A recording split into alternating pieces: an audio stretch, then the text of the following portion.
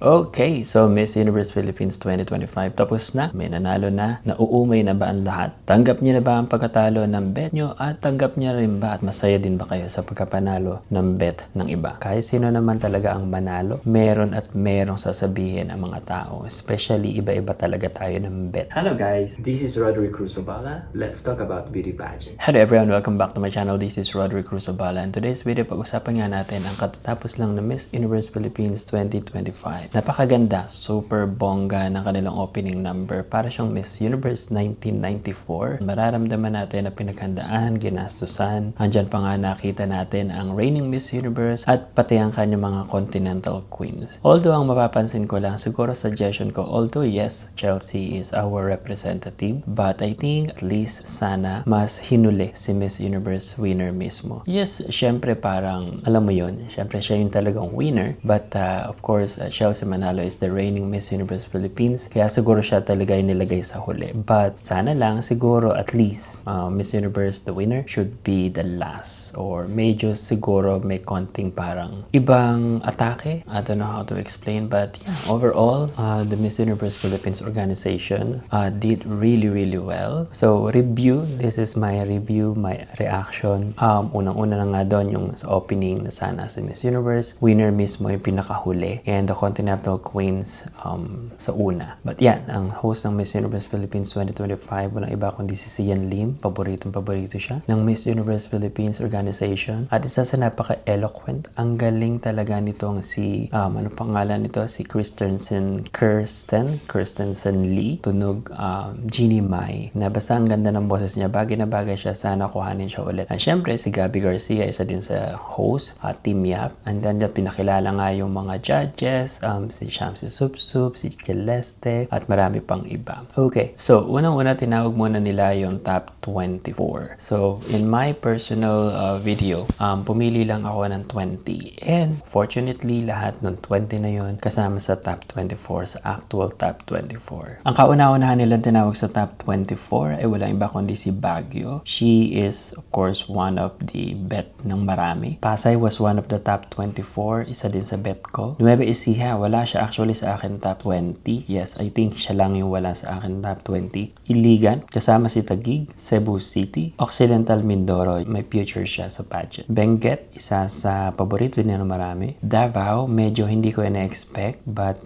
she is exotic Filipina beauty. Tarlac, expected ko nasasama siya o mapapasama siya sa semifinals at least. Laguna, syempre hindi mo siya madi-deny. Bohol, I just love her look. For sure, nagtan siya and bagay na bagay sa kanya. Malay Aklan, definitely. Ifugao, actually, she was my first runner-up, but yeah, she is only top 24. Sunod natin syempre si Muntinlupa. Oriental Mindoro, I'm not surprised, but yeah, so she deserved. Isabela, also one of the deserving semifinalists. And syempre, ang sinisigaw ng marami, ang People's Choice, si Quezon Province. Manila is the next. Quirino, isa sa exotic Filipina beautiful Sultan Kudarat, super beautiful. Siniloan Laguna, of course, hindi yan mawawala. Lucena, medyo surprise ako, but she is okay. Bulacan was the last, looking amazing that night. And then here, rumampa sila suot ang kanilang dress by Mags. Mags is one of the sponsor para sa Miss Universe Philippines. And ito yung dress na ginamit nila din sa before the announcement of top 24. Ay, simulan na natin doon sa swimsuit. Hindi na natin masyadong iisa-isahin lahat ng mga segment na nakita natin or pinalabas nila sa Miss Universe Philippines coronation. But umpisahan natin doon sa swimsuit, Baguio City. Pasay, Nueva Ecija. The next is Iligan City. Okay. Medyo may kaliitan din talaga si girl. Taguig, syempre hindi magpapahuli. Isa din sa talagang, syempre sanay na sanay naman siya maglakad. Although, I would like to see her legs more stretch, more parang stronger. Cebu City, isa sa maraming fans during the coronation ng Miss Universe Philippines. Super lively din ang kanya, super energetic. Makikita mo sa energy niya, sa facial expressions, everything. I think that she's amazing. Occidental Mindoro, isa sa hindi ko ina-expect na mapapasama, but she was amazing. She's beautiful. Benguet, isa sa syempre sa pinaka-sexy. Yeah, Davao is also beautiful, sexy, slim. Mas makikita mo, appreciate mo sila siguro sa personal. Kasi syempre, siguro sa video, medyo parang lumiliit. Iba yung frame, iba yung angle, everything. But I think Davao did a really really good job sa swimsuit round. Tarlac also really looking fresh and young. I think she's only 21. Meron pa nga ako nababasa na sana daw sumali siya sa Binibining Pilipinas kasi meron siyang parang pang Binibining Pilipinas or pang Miss International na soft daw in the thing. Next natin is sa Laguna. So yun, ang comment ng iba is parang nawalan siya ng transition sa face. Parang hindi siya masyadong, I don't know how to explain, but they said na parang naka-frame, mayroon siyang standard na smile na posing and everything. But maybe meron siyang angle or something. Bohol, really looking different. Okay, so naging talagang sultry, mas feisty siya sa coronation night. Although hindi na talaga siya nag-excel higher. So this is Malay Aklan, really looking slim. Although may kaliitan din, may kaiksian din yung legs. Ifugao, looking stunning, sexy. Isa din sa nababasa ko na sana daw ay sumali sa Binibining Pilipinas. Kasi I think that, yeah, so she has this hindi katangkadan but I think okay naman. Susunod natin is si Muntinlupa. So syempre Muntinlupa sanay na sanay sa ganyang mga rampa-rampa. Sa Boracay Aqua o sa Aqua Boracay, meron pa nga siyang ginawa signature iconic trending na posing or kaldag-kaldag. But yeah, so Oriental Mindoro is amazing. Isa sa mga hindi inaasahan but I think she really deserved. May nagsasabi na para siyang si Pia Wurtzbach or whatsoever. But yeah, Isabella, isa sa cute, ang cute-cute ng face niya. I just really love the super small na face. Yeah, so I think she did a good job. She did a very calculated turn but she was amazing. And yun yung signature walk, yung kanyang posing, yung legs niya nasa side. Syempre, Atisa Manalo, isa sa talagang ina-expect ng lahat. Super finesse, super linis ng walk. Walang masyadong kembot-kembot, walang masyadong mga unnecessary posing. Yeah, so syempre Manila, isa sa hindi ko inaasahan, may kalakihan din talaga yung hips ni ate kasi hindi din siya ganun katangkad and I think that hindi siya ganun ka-slim. So sa likod makikita mo na medyo may kalakihan yung kanyang thighs, yung kanyang hips. Quirino is mas slim siya but I think that if ever she really want to pursue beauty pageant, really need to practice. Sultan Kudarat, syempre kung sa paglakad lang, super sultry, beautiful. To be honest, Sultan Kudarat I think did maybe the best performance overall. But yeah, so she's super sexy. Siniloan Laguna, kung pasiksihan, paliitan ng bewang, definitely she has the smallest waistline. Although yun nga lang, parang sa evening gown na mismo, parang nagiging robotic na siya. But she was amazing here, slim, sexy, ready. Lucena, so definitely the walk, parang nag-slow mo pa siya ng konti. Nag-smile naman, but overall, I think that she really need to prepare more. If ever she really want to pursue, I don't know if she's interested to really pursue, but she's not ready body-wise. Yeah, and the walk is very average, in all honesty. Next natin is Bulacan. I think that Bulacan is super cute, okay? I really believe na top 24 lang inabot niya. Si Miss Bulacan is para siyang si Bella Ismael. Yung face, yung hulma ng face, para siyang si Bella Ismael. So here, i-announce na nila yung top 12. Unang-una dyan is si Sultan Kudarat. And then Quirino. Sunod na tinawag dyan is walang iba kundi si Pasay. Super beautiful. Very young. She's only 20. Quezon Province, definitely one of the top 12. And the next na tinawag nila is si Baguio. Susunod na tatawagin dyan is walang iba kundi si Taguig. Taguig na super plakado ang makeup. Ang kanyang hair parang may darker something. Laguna was the next. Muntinlupa was the next being called.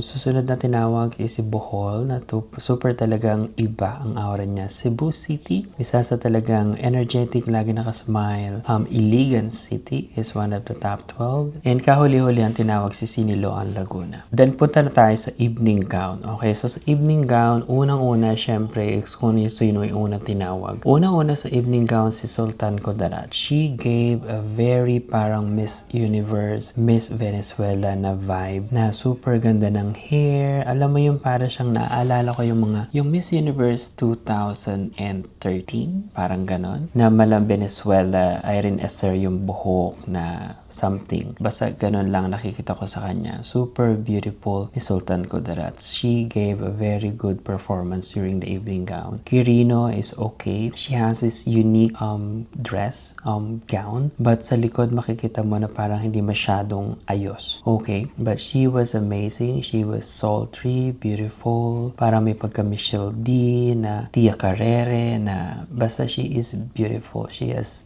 this beautiful unique gown. Pasay, medyo parang nahirapan siyang maglakad pababa. But overall, she is amazing. She was amazing. The hair, mas bagay talaga sa kanya yung ganong hair na nakababa lang. So kasi hindi masyadong bagay sa kanya pag naka-ponytail.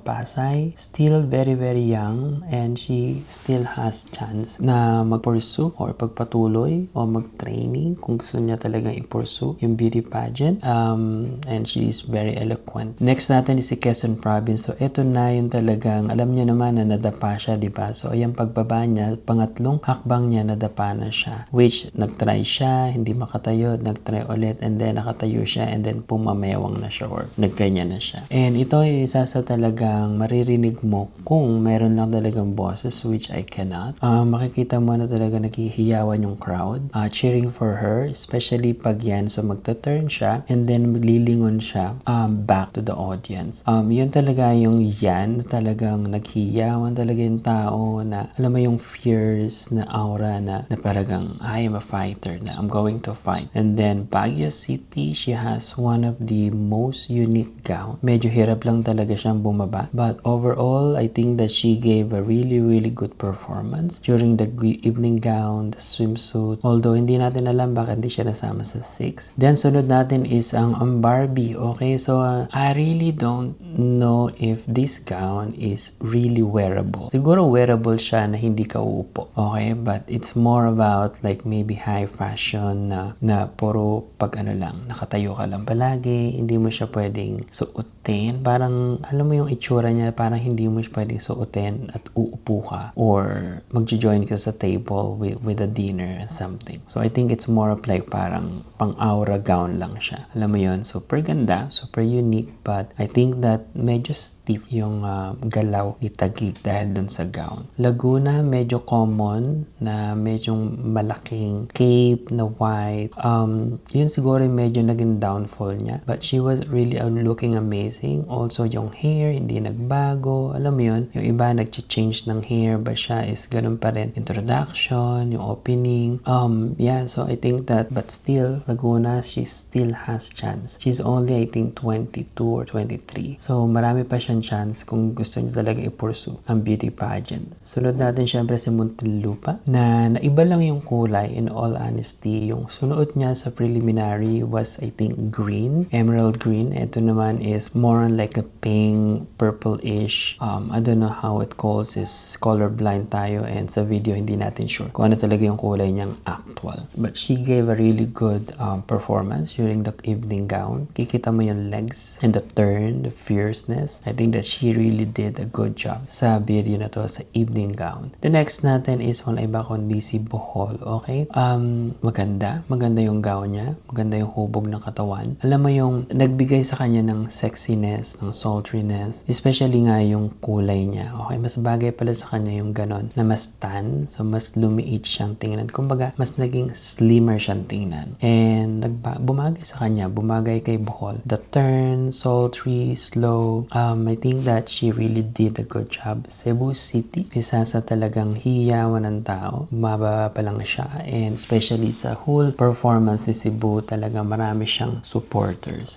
She gave a really good performance. The walk, sultry, the speed of the walk, the smile, everything. Parang may pagka Layla Lopez, na may pagka Pinay na vibe. Alam mo yun? Kasi yung mga feathers sa gown niya. And yun, yung pag-ikot niya na yun is talagang super beautiful. Iligan is parang nahirapan siyang maglakad. I'm thinking na siguro, alam mo yung pagbaba niya ng hagdan na ganun, na parang medyo bumabagsak siya na something. I think, I'm not really sure, mahaba ba yung gown or mabigat ba yung gown. Hindi ko alam kung makikita mo sa facial expression niya na parang hirap siyang maglakad, na naapektuhan yung performance niya. But I think still, yung pagtinga-tingala na I don't know what is the effect o pagtingala na ganun yun. But overall, she did okay. But hindi tayo masusurprise na hindi siya nasama sa 6. Kasi the gown is not giving. Okay? I really also understand what about anong purpose nung nasa braso niya. Siniloan Laguna. Ito yung may purpose talaga. Okay? So, nagsuot muna siya ng cape, bumaba ng maayos, malinis. But ito na yan talaga nagsimula na parang robotic na yung itsura niya. Kasi nga parang super perfect. Parang super perfect ng gown. Tapos meron pa siya dito sa ulo na hindi siya masyadong makagalaw,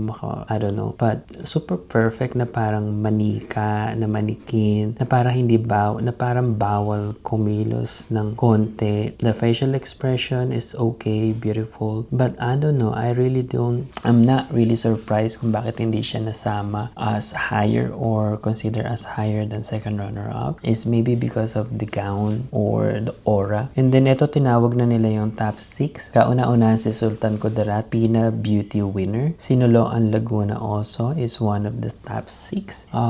Then ang susunod na tinawag nila is si Muntinlupa, Winwin Marquez. At ang sunod na tatawagin nila dyan is si I believe Taguig. Yeah, so she is robotic din.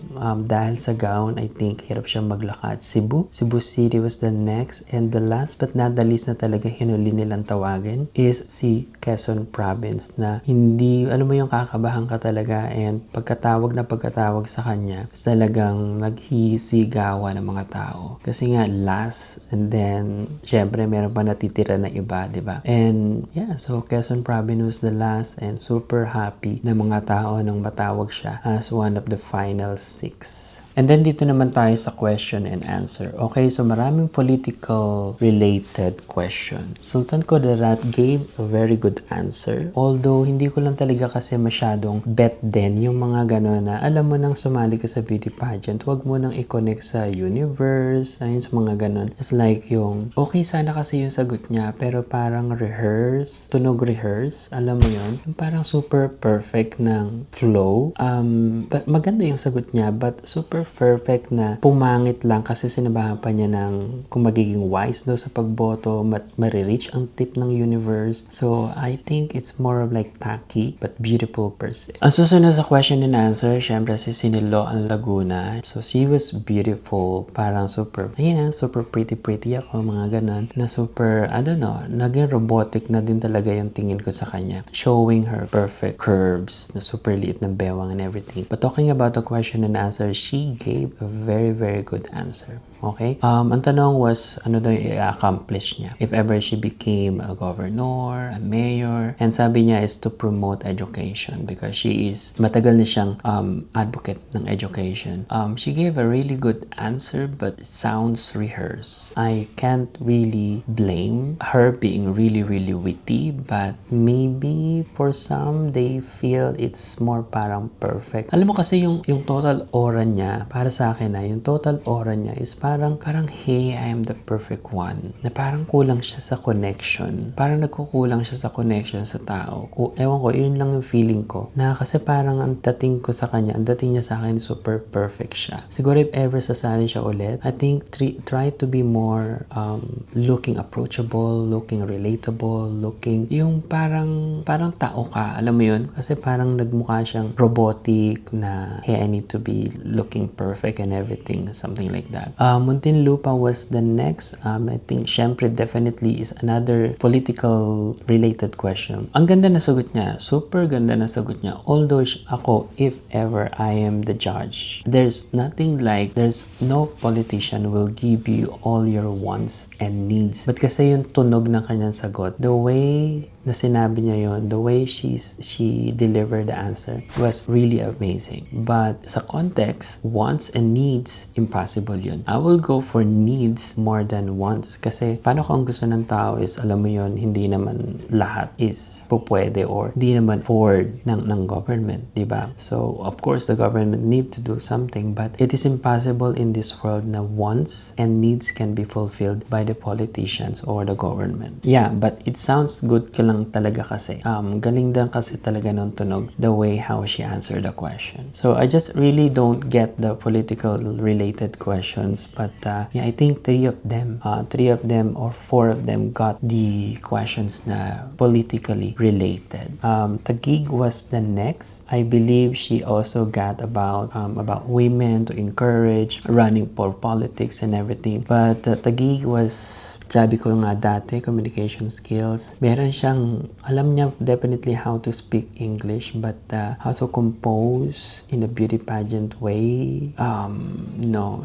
She really sound like nag-rehearse, pero hindi na-compose ng maayos. Hindi niya, I don't know. But yeah, so I'm not really going to say anything more about Taguig because talagang siya yung pinaka-worst, pinaka-pangit yung answer niya. Meron pa siyang parang seat, deserved seat in the table, etc. Maganda lang talaga kasi si Taguig, pang model, exotic. But yeah, so punta naman tayo syempre kay Cebu na talagang isa sa pinakamaganda ang sagot. In all honesty, the way she answered the question, the context, the meaning, the whole substance, the whole meaning of the answer, really amazing. If talagang magbe-base lang kayo sa question and answer, she should be the winner. But of course, syempre, this is Miss Universe. O sino ba yung pang Miss Universe? Yung aura, overall, sino ba yung gusto ng tao? Alam mo yun, so maraming binalance ang organization for definitely and the judges.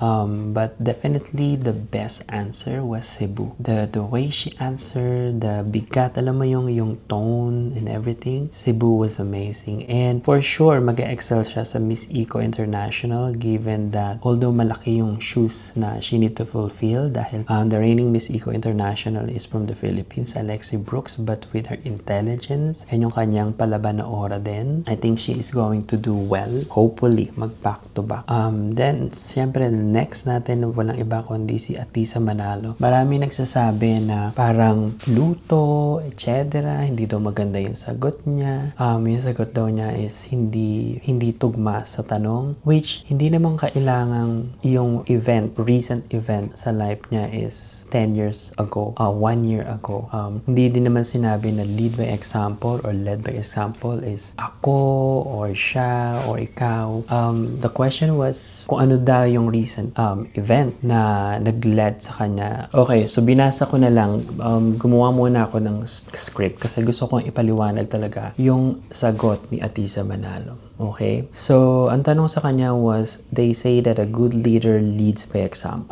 Tell us about one event in your life when you lead by example and the impact it made. Okay. Sinabi niya sa huli na the Miss Universe Philippines is hers and her grandmother's shared dream. Okay? But sa simula pa lang, sinabi niya na dadapa siya and thing para sa kanya is she's coming back stronger. Okay? So, ginawa niya na example yung ngayon lang nangyari na dapa siya. It's just that hindi matanggap ng iba na nagamit niya yung recent event na talagang at the moment na kailangan niyang sagutin. Na hindi kailangang mag-isip na last year, ano ba yung recent event? Next, 10 years ago, ano ba yung recent event? Which recent, di ba? So, and then, she was really stunning, composed, radiant.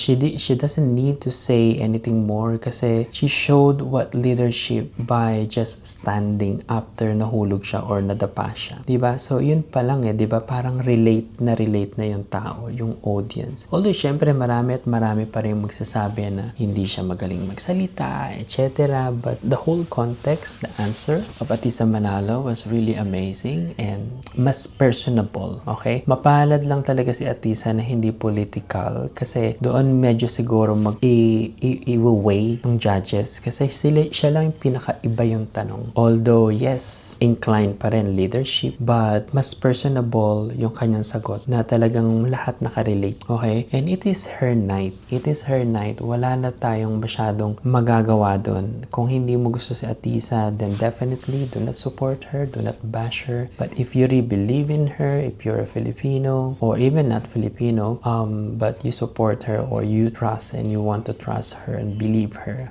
just support her. And then doon na sa coronation, sa actual coronation, tinawag ang 6 sa gitna, pinatay ang ilaw, and then ang tatawagin is yung winner mismo. Umikot ang camera, and then pagtawag ng lahat, pagtawag ni Zian Lim, Quezon Province. Doon talaga yung parang ang dami nagsigawan na halos buong arena nagsigawan para kay Atisa Manalo. She was the destined winner that night. Wala nang makakapagbago pa nun. And if ever hindi nyo siya gusto, then just move on. Kasi siya na yung panalo and hindi naman niya sinadya yung pagdadapa. Merong nagsasabi na sinadya yung pagkadapa, etc. But I don't think ever sinadya niya. She did really well. Okay? So yun lang yun. So this is it. This is just my very quick, to be honest, hindi siya quick, reaction video para sa Miss Universe Philippines 2025. And sana nagustuhan niyo yung video na to and mag-leave kayo ng comment kung meron kayong suggestion, opinion, etc. Thank you very much for watching. Bye-bye. Hello guys, this is Roderick Cruzobala. Let's talk about beauty pageant. She is amazing. Her qualities and beauty,